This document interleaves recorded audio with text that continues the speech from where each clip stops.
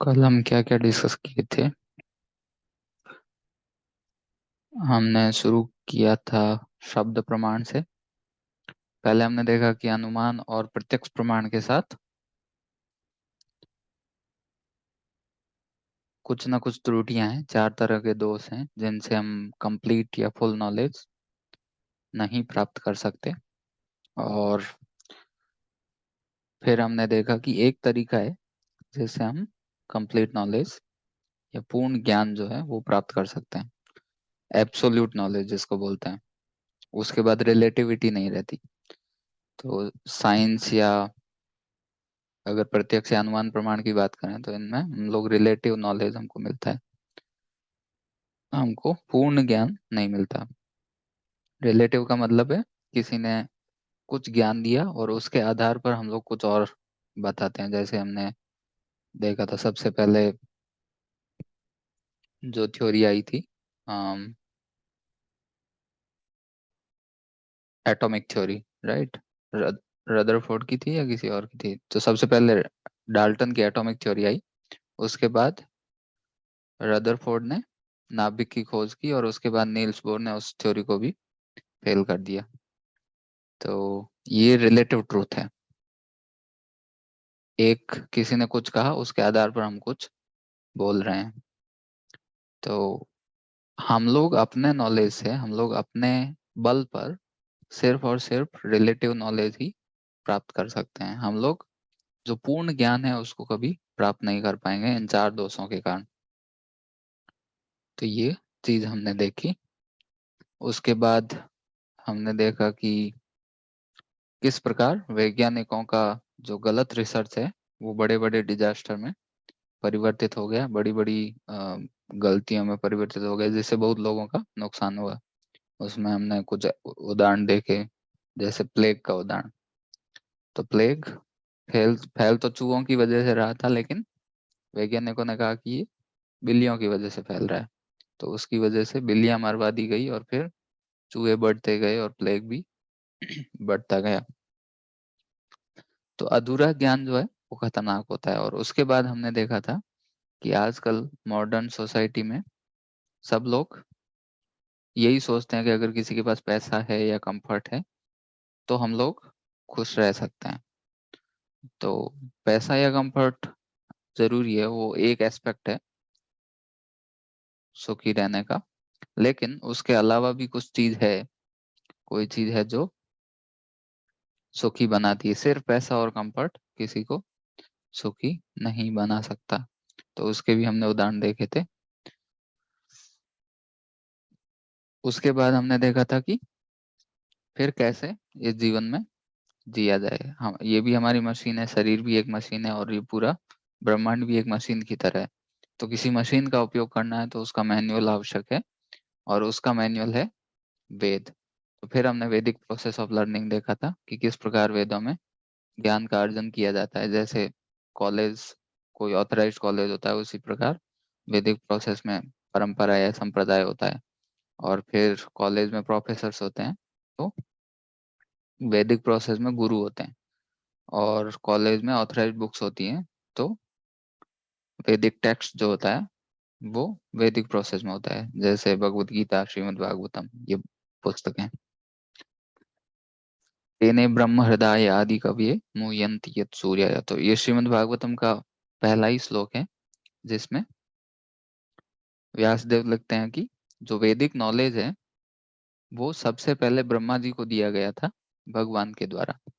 तो कल हम इस पॉइंट पर डिस्कस कर रहे थे कि हम सब इम्परफेक्ट है, हमारे अंदर चार दोष हैं, लेकिन भगवान इम्परफेक्ट नहीं है, वो परफेक्ट है। ओम पूर्णमिदम पूर्णमदः पूर्ण ओम पूर्णमिदम पूर्णमदः पूर्णस्य पूर्णमादाय पूर्ण एव एव अवशिष्यते। तो भगवान पूर्ण है और ये जो धरती है वो भी पूर्ण है। और उस पूर्ण से जब ये पूर्ण आता है तो पीछे भी पूर्ण ही रहता है।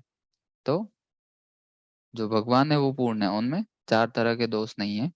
और जब उन वो ज्ञान देते हैं कुछ, तो वो परफेक्ट नॉलेज होता है, वो एब्सोल्यूट नॉलेज होता है, वो रिलेटिव नहीं होता। और वो एब्सोल्यूट नॉलेज भगवान ने ब्रह्मा जी को दिया है। और ब्रह्मा जी ने आगे अपने शिष्य नारद मुनि को दिया, और फिर नारद मुनि ने व्यास देव को दिया। तो इस प्रकार ये संप्रदाय या परंपरा की शुरुआत हुई। और इस संप्रदाय या परंपरा में जिन जिन लोगों के पास ये ज्ञान पहुंचा, वो ज्ञान परफेक्ट था।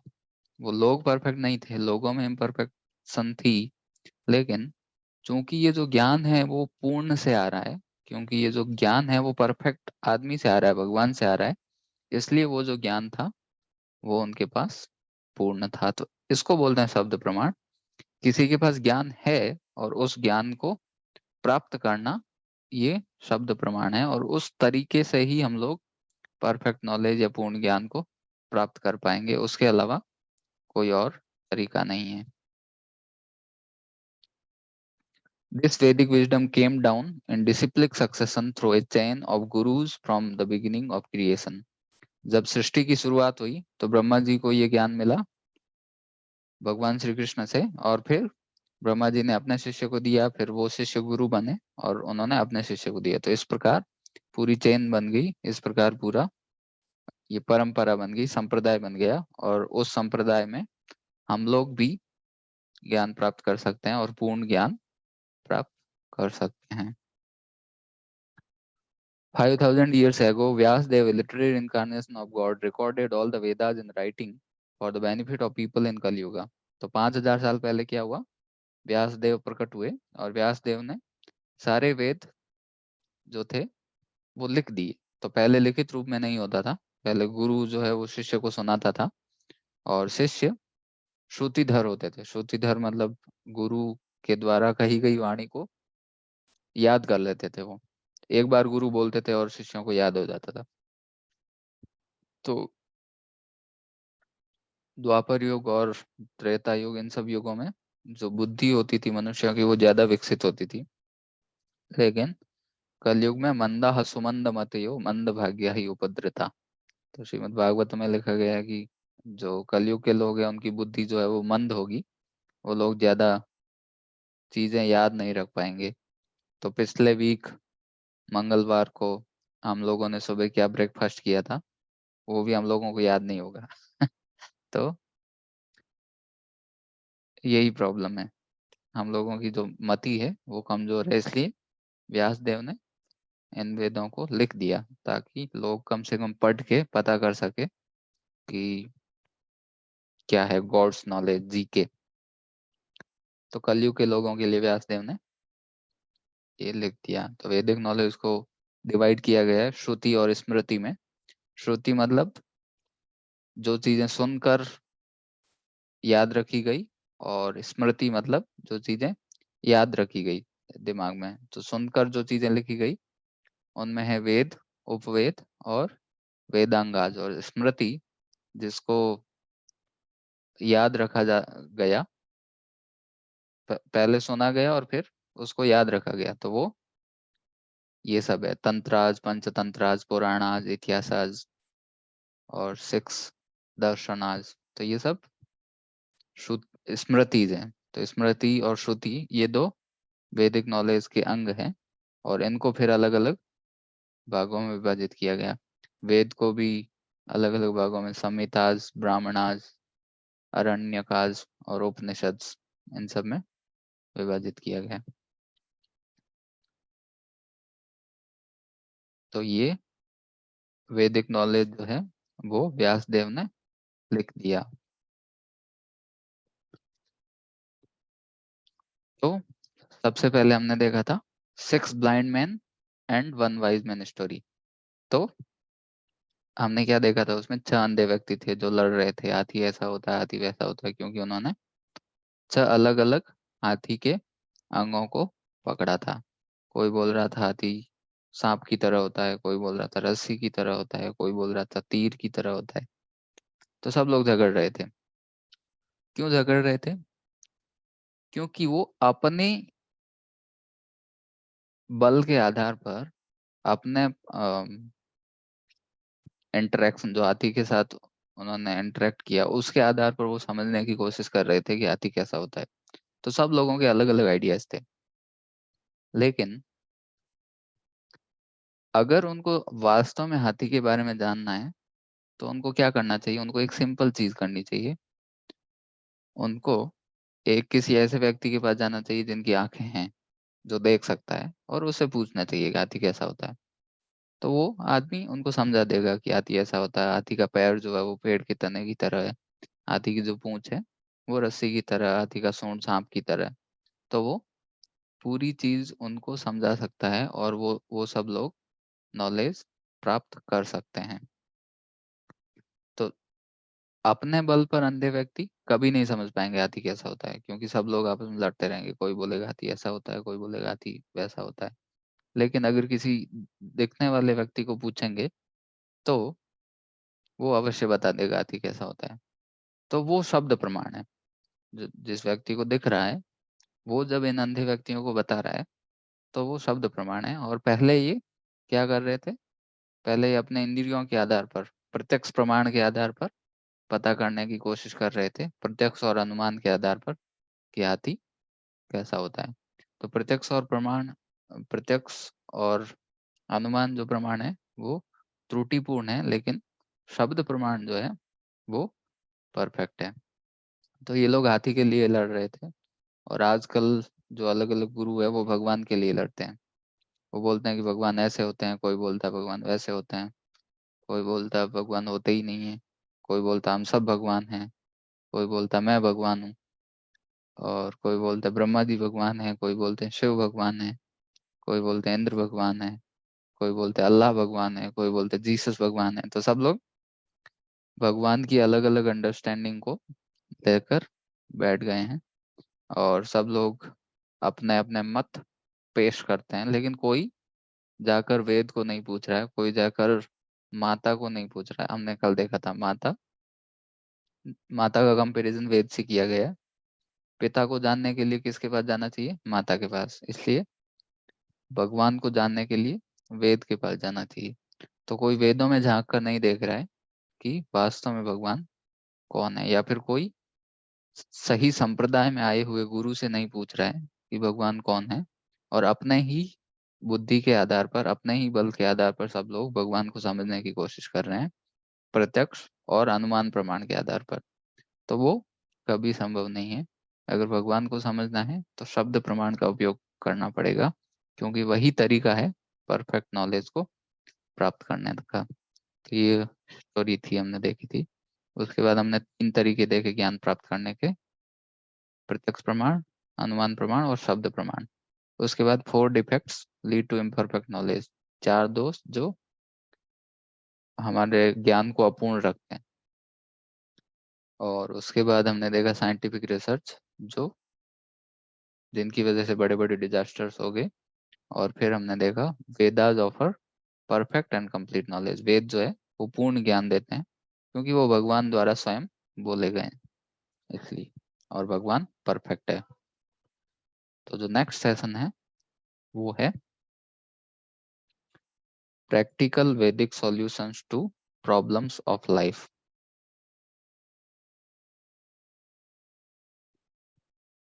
जो जीवन की समस्याएं हैं उनका वेदों के आधार पर समाधान करना।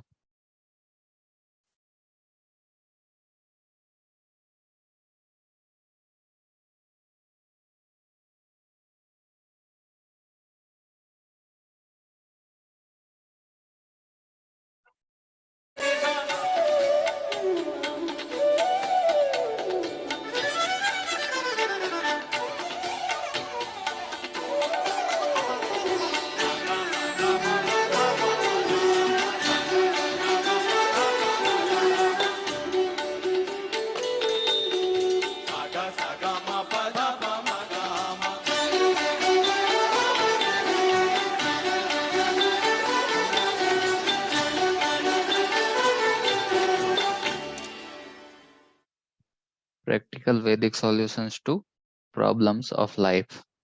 तो जीवन में बहुत सारी समस्याएं होती हैं, तो उन समस्याओं का प्रैक्टिकली वेदों से कैसे समाधान करें, और वास्तव में प्रॉब्लम होती क्या है वो भी हम लोग समझेंगे, कि प्रॉब्लम्स ऑफ लाइफ क्या है, जीवन की समस्याएं है क्या वास्तव में, और उनका वेद क्या जवाब देते हैं। वेद उनका क्या सॉल्यूशन बताते हैं, साइंस भी उनका सॉल्यूशन बताती है, लेकिन हम लोग देखेंगे कि साइंस किस प्रकार बहुत ही सुपरफिशियल सॉल्यूशन बताती है जो सेटिस्फैक्टरी नहीं है। जैसा कि नीचे लिखा गया है, science and technology offers many unsatisfactory superficial stopgap solutions to problems of life. Being superior to animals, humans can inquire about root cause of all problems and the ultimate goal of life. Vedic wisdom teaches the art of putting a full stop to all problems by aligning with laws of nature and God. तो जो विज्ञान है वो भी इन समस्याओं का समाधान देती है, लेकिन वो बहुत ही टेम्परेरी और सुपरफिशियल होता है। उससे उस समस्या का जड़ से समाधान नहीं किया जा सकता, बस कुछ ही टाइम तक उस समस्या को आगे बढ़ाया जा सकता, पोस्टपोन किया जा सकता, वो भी कुछ कुछ लिमिट तक। ऐसा नहीं हमेशा उसको कर पाएंगे। तो ये जो है हम लोग इस सेशन में देखेंगे, और हम लोग देखेंगे कि इस प्रकार जो मनुष्य है वो जानवरों से बेहतर हैं, जानवरों से बढ़कर हैं, और जो मनुष्य है वो अल्टीमेट गोल या जीवन के लक्ष्य के बारे में जान सकते हैं, जानने की कोशिश कर सकते हैं। और फिर हम लोग वेदों के बारे में देखेंगे किस प्रकार वेद जो है वो इन समस्याओं का पूर्ण रूप से समाधान बताते हैं। तो इनके सब टॉपिक्स रहेंगे, animal versus humans, don't waste this special opportunity. जानवरों और मनुष्य में हम लोग अंतर देखेंगे। उसके बाद हम लोग देखेंगे किस प्रकार जो विज्ञान है वो टेम्परेरी सॉल्यूशन देता है, अस्थायी समाधान समस्याओं का देता है। उसके बाद हम लोग देखेंगे परमानेंट सॉल्यूशन जो वेदों से आता है। और फिर हम लोग देखेंगे science versus Vedas, history versus Vedas, science और वेद में क्या संबंध है। और फिर where can I get authorized Vedic knowledge, अगर हम मुझे वेदों का ज्ञान चाहिए तो मैं कहाँ से उसको प्राप्त करूं। तो ये सब टॉपिक्स रहेंगे इस सेशन के। तो हम शुरू करेंगे पहला, animal versus human beings, search for happiness. तो अगर हम लोग देखें चारों ओर, तो सब लोग सुख के पीछे दौड़ रहे हैं। सब लोग कहीं ना कहीं सुख चाहते हैं।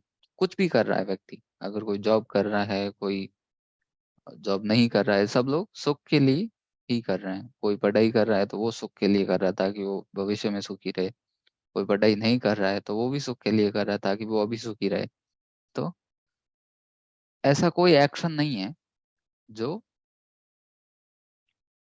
व्यक्ति करता है और जिससे वो सुखी नहीं होता है। मान लो अगर कोई चैरिटी भी दे रहा है, डोनेशन, उसने बहुत मेहनत से पैसा कमाया और फिर वो पैसा डोनेट कर रहा है, किसी को दान में दे रहा है, तो वो भी सुख के लिए करता है। उसको सेटिस्फेक्शन मिलता है, इनर सेटिस्फेक्शन, कि मैंने कुछ समाज के लिए किया, मैंने कुछ दूसरे लोगों के हित के लिए किया। कोई लोगों को फ्री भोजन देता है तो वो भी सुख के लिए करता है।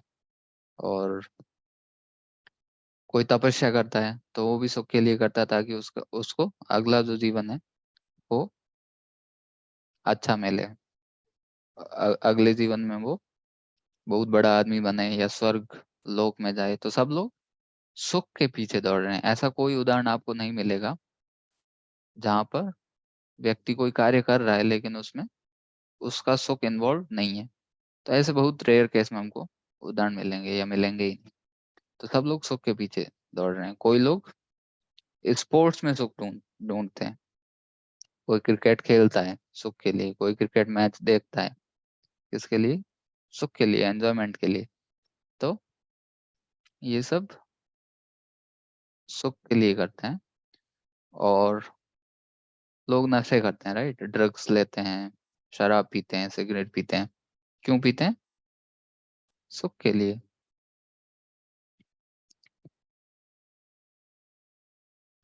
लोग डिस्को पार्टीज में जाते हैं, वहां रात रात नाचते रहते हैं। क्यों नाचते हैं? एंजॉयमेंट के लिए, सुख के लिए। अलग अलग स्टंट्स करते हैं लोग, राइट, बाइक स्टंट्स और अलग अलग तरीके के स्टंट्स करते हैं, वो भी सुख के लिए करते हैं, एंजॉयमेंट के लिए। लोग अलग अलग हेयर स्टाइल रखते हैं, क्यों? ताकि लोग उनको देखे, उनको अप्रिशिएट करे, ताकि उनको आनंद मिले इस चीज से। तो सुख का मतलब क्या होता है? Happiness means improved facilities for eating. अगर हम लोग सुख की बात करें तो हम लोग सुख इन इन सब चीजों से समझते हैं कि अगर हमें अच्छा खाने को मिल रहा है, स्लीपिंग, अगर हम लोगों को सोने के लिए सोने की अच्छी व्यवस्था है, मेटिंग, अगर हमारा अच्छा लाइफ पार्टनर है, एंड डिफेंडिंग, और हमारी जो सुरक्षा है वो परफेक्ट है, तो हम लोग सुखी बोल सकते हैं। अगर हम लोगों को अच्छा खाने को मिल रहा है और टाइम पे हम लोग सो जाते हैं, टाइम पे नींद आ रही है, तो वो भी एक सुख है। और हमारा अच्छा लाइफ पार्टनर है और हम लोग सुरक्षित हैं, जहाँ भी हम लोग सुरक्षित हैं, तो हम लोग सुखी हैं। तो सुख का मतलब यही होता है, improved facilities for eating, sleeping, mating and defending.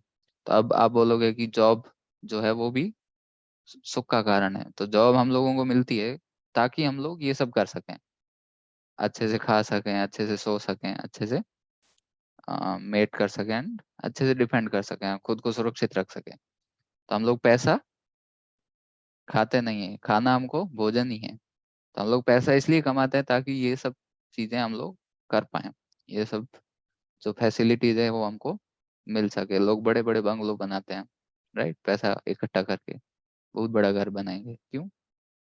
Sleeping, facility for sleeping. और बड़े बड़े रेस्टोरेंट में, बड़ी बड़ी होटल्स में जाकर खाना खाएंगे, किस लिए? सुख के लिए। तो पैसा कमाते हैं ताकि वो ये सब चीज आसानी से और इम्प्रूव्ड तरीके से कर सकें, इसलिए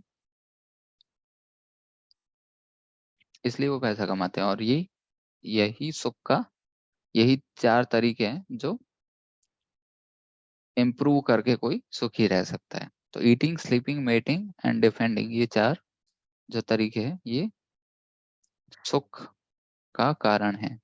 लेकिन अगर हम लोग जानवरों में देखें तो जानवरों में भी हम लोग ये चीज पाएंगे। क्या पाएंगे? Animals also have friends.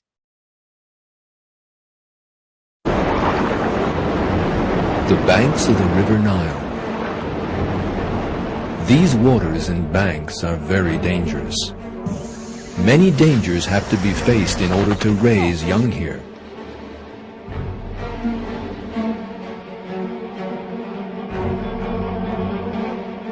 The species of bird you are watching has to build its nest on banks that are full of crocodiles.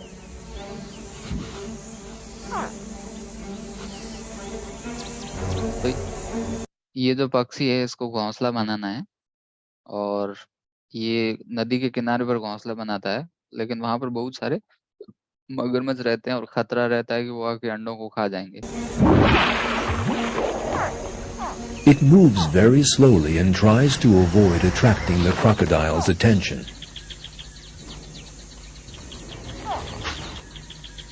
It particularly chooses areas where female crocodiles have left their eggs to build its nest. That is because female crocodiles are very calm and docile during egg-laying time and do not represent a danger to the birds. In time, the bird's eggs begin to hatch and tiny chicks emerge. Yet these chicks are in danger. As you can see, both the mother and father bird fiercely use their own bodies to shield their young and defy the dangerous lizard. The lizard might kill the bird, but the bird is ready to die in order to save its chicks. The lizard gives up in the face of the bird's determination and courage.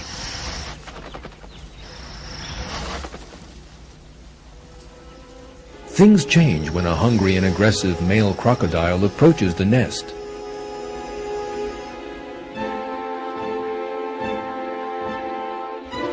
The chicks freeze. The mother bird puts on a different display this time. She opens her wings and beats them on the ground. She does not directly oppose the aggressor. On the contrary, she imitates an injured bird and invites the aggressor to attack her. She thus attracts the danger away from the nest. The deception works. The crocodile follows the supposedly injured bird and moves. तो ये पक्षी है जो नदी के किनारे पर अंडे देता है, और जब कोई छिपकली अंडों को खाने के लिए आती है तो ये अपने शरीर से खुद भगा देता है। लेकिन जब बड़ा मगरमच्छ आता है तब क्या करता है, ये एक्ट करता है जैसे ये खुद इंजर्ड है, खुद घायल है, घायल पक्षी की तरह ये एक्टिंग करता है। तो जो मगरमच्छ है वो उसके पीछे चला जाता है और फिर इस प्रकार वो उसको दूर भगा देता है। तो हम लोग देखेंगे कैसे वो अपनी सुरक्षा करते हैं, पक्षी भी। They also have fun, they also have family life. तो हम लोग देखेंगे कि जो जानवर हैं, they also find happiness in eating, sleeping, mating, defending. ये 4 चीज जो हमने डिस्कस की थी। जो जानवर है वो भी खाने में आनंद प्राप्त करते हैं, सोने में आनंद प्राप्त करते हैं, और अपने अपने लाइफ पार्टनर के साथ वो भी रहते हैं, और डिपेंडिंग जो अपनी सुरक्षा है वो भी वो लोग सुरक्षित रहना पसंद करते हैं। तो इन 4 चीजों में जानवर भी अपना सुख प्राप्त करते हैं। तब what is the difference between animals and human beings? हम लोग भी ये 4 चीजें करने के लिए पूरा जीवन बिताते हैं, और जानवर भी ये 4 चीजें करने के लिए ही पूरा जीवन बिताते हैं। जानवर लोग भी खाने के लिए, सोने के लिए, मेट करने के लिए और डिफेंड करने के लिए पूरा जीवन बिता देते हैं उसी उस इन्हीं 4 क्रियाओं में। और हम लोग भी इन्हीं 4 क्रियाओं में पूरा जीवन बिता देते हैं। हो सकता है हम कुछ और क्रियाएं करें, लेकिन अल्टीमेटली वो क्रियाएं इन सबको अच्छे से करने के लिए ही करते हैं हम लोग, ताकि हम लोग खा पाएं, सो पाएं, हमारा लाइफ पार्टनर अच्छा हो और हम लोग डिपेंड कर पाएं। तो इन 4 चीजों के लिए ही हम लोग कुछ और क्रियाएं कर सकते हैं, लेकिन गोल यही रहेगा। गोल जो हमारा है वो ये 4 चीजें ही रहेंगी, और जानवरों के भी गोल ये 4 ही रहते हैं। तो हम लोग खाते हैं, जानवर लोग भी खाते हैं। हम लोग सोते हैं, जानवर भी सोते हैं। हम लोगों के पार्टनर होते हैं तो जानवरों के भी होते हैं। और हम लोग खुद की सुरक्षा के लिए बंदूक हथियार बनाते हैं, लेकिन जानवरों के पास भी अपने अपने तरह के हथियार होते हैं खुद को डिफेंड करने के लिए। तो ये जो है, ये 4 चीजें कॉमन है। Eating, sleeping, mating, defending, common in humans and animals. तो ये जो 4 चीजें हैं ये मनुष्यों और जानवरों में कॉमन है। तो अब ये एक एक्टिविटी है जिसको हम लोग देखेंगे, तो इसको आप लोग ध्यान से देख सकते हैं।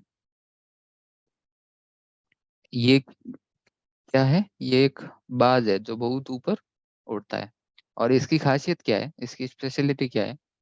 इसकी स्पेशलिटी ये है कि ये बहुत दूर की चीजों को देख पाता है, छोटी चीजों को। ये बहुत ऊंचा उड़ता है, 2-3 किलोमीटर ऊपर उड़ेगा, और नीचे अगर कोई चूहा भी इसको देखेगा तो वो तुरंत ऊपर से नीचे आ जाएगा। तो इसकी आंखें हैं वो बहुत तेज है, ये इसकी स्पेशलिटी है। घोड़े की बात करें, क्या स्पेशलिटी है? घोड़ा तेज भाग सकता है, ये घोड़े की स्पेशलिटी है।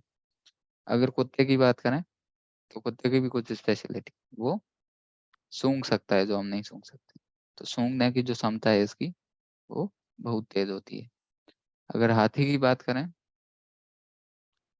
तो हाथी बहुत सारा चारा खा सकता है और बहुत ताकत होती है हाथी में। ये पोलर बियर है जो बहुत लंबे समय तक सो सकता है, 6-6 महीने तक ये सो सकता है। तो ये इसकी स्पेशलिटी है। बर्ड की बात करें, पक्षी की, ये कुकू बर्ड है जिसको कोयल बोलते हैं। तो ये क्या करता है, ये बहुत अच्छा गाता है। और अगर इसकी बात करें, ये मनुष्य है, इसमें क्या खासियत है?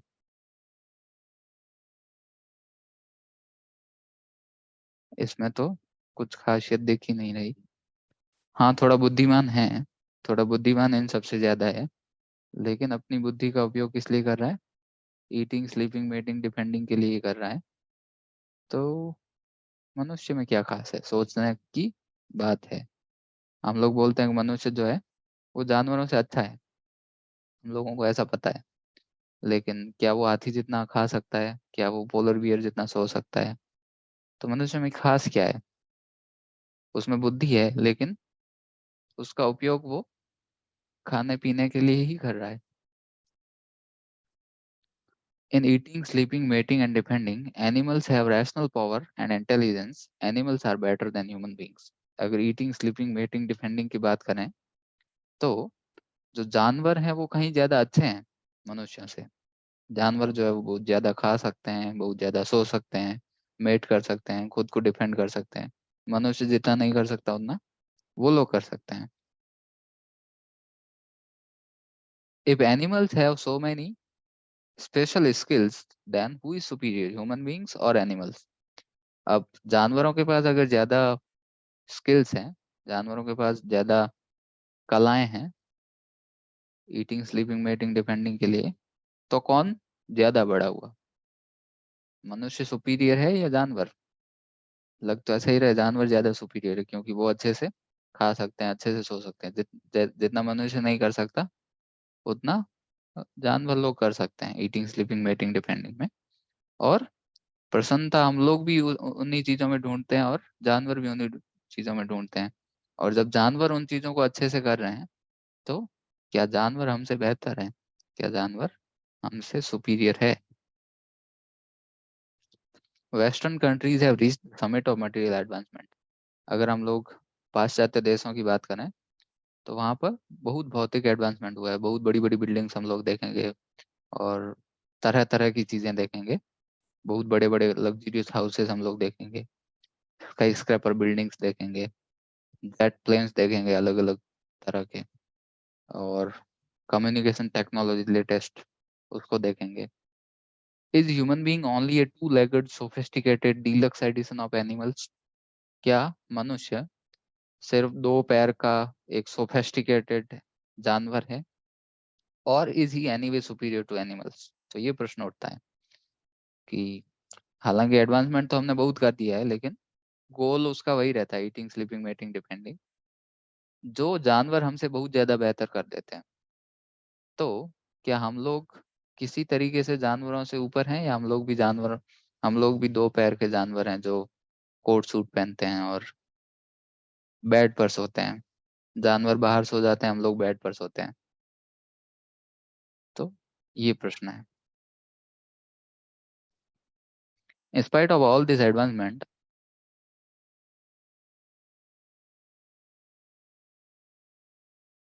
unfortunately modern day humans are dissatisfied, full of anxiety, stressed, depressed, above all unhappy. तो हालांकि मटेरियल एडवांसमेंट तो उन्होंने बहुत कर दिया पाश्चात्य देशों में, लेकिन वो डिससेटिस्फाइड है, संतुष्टि नहीं मिल रही है, पूरे दिन टेंशन में रहते हैं और स्ट्रेस है, डिप्रेशन है। तो ये सब हमने देखा था। हालांकि एडवांसमेंट बहुत कर लिया उन लोगों ने, इंडिया से ज्यादा एडवांस्ड है पाश्चात्य देश के लोग, लेकिन ये सब प्रॉब्लम्स वहाँ ज्यादा है यहाँ से। Technological advancement help man enjoy better luxuries for better eating, sleeping, mating and depending without offering any ultimate aim of life. तो जो ये टेक्नोलॉजिकल एडवांसमेंट इन लोगों ने किया है, ये सिर्फ better eating, sleeping, mating, depending के लिए, ये अल्टीमेट जीवन के लक्ष्य को कभी नहीं बनाता। और ये एक सोफिस्टिकेटेड एनिमल सिविलाइजेशन है, जो सोफिस्टिकेटेड जानवर है उस तरीके से ये लोग रह रहे हैं, एम को जाने बिना, लक्ष्य, जीवन के लक्ष्य को जाने बिना। तो अब हम अंतर देखेंगे कि एक मनुष्य को क्या, कौन सी चीज है जो बेहतर बनाती है जानवरों से। और वो है आहार, निद्रा, भय, मैथुनम च सामान्यम एतत् पशुभिर नरानम, धर्मो ही तेषाम अधिको विशेषो धर्मेण ही न पशु भी समाना। मीटिंग कभी भी एंड हो सकती है अभी 1-2 मिनट के अंदर, तो जब भी होगी हम नेक्स्ट कल कंटिन्यू करेंगे। तो क्या बताता महाभारत कि आहार निद्रा भय मैथुनम च, ईटिंग स्लीपिंग मेटिंग डिपेंडिंग सामान्यम एतद पशुभिर नरानम, ये पशु और नर में समान है, कॉमन है। धर्मो ही तेषाम अधिको विशेषो धर्मेण ही ना पशु भी समाना, जो धर्म चीज है वही मनुष्य को बेहतर बनाती है, धर्म के बिना मनुष्य पशु के समान है। तो हमने एक्टिविटी देखी थी राइट, जिसमें हम लोग सबकी स्पेशलिटी देख रहे थे, बाज की, घोड़े की, हाथी की। तो उन सब की स्पेशलिटी है, लेकिन मनुष्य की स्पेशलिटी है कि वो धर्म धर्म का पालन कर सकता है, लेकिन कोई जानवर धर्म का पालन नहीं कर सकता। तो ये मनुष्य की स्पेशलिटी है, जो बहुत सारे मनुष्य भूल गए हैं, उनकी स्पेशलिटी ही वो लोग भूल गए हैं। तो ये खासियत है। कोई जानवर भगवत गीता क्लास में नहीं बैठ सकता, लेकिन एक इंसान भगवत गीता क्लास में बैठकर पूछ सकता है, वो अपनी एग्जिस्टेंस के बारे में जानकारी प्राप्त कर सकता है। ये खास बात है। ऑल राइट, आज हम लोग यहीं स्टॉप करेंगे।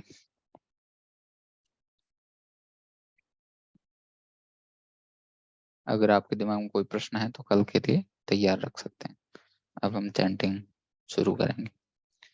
जय श्री कृष्ण चैतन्य जय श्री कृष्ण चैतन्य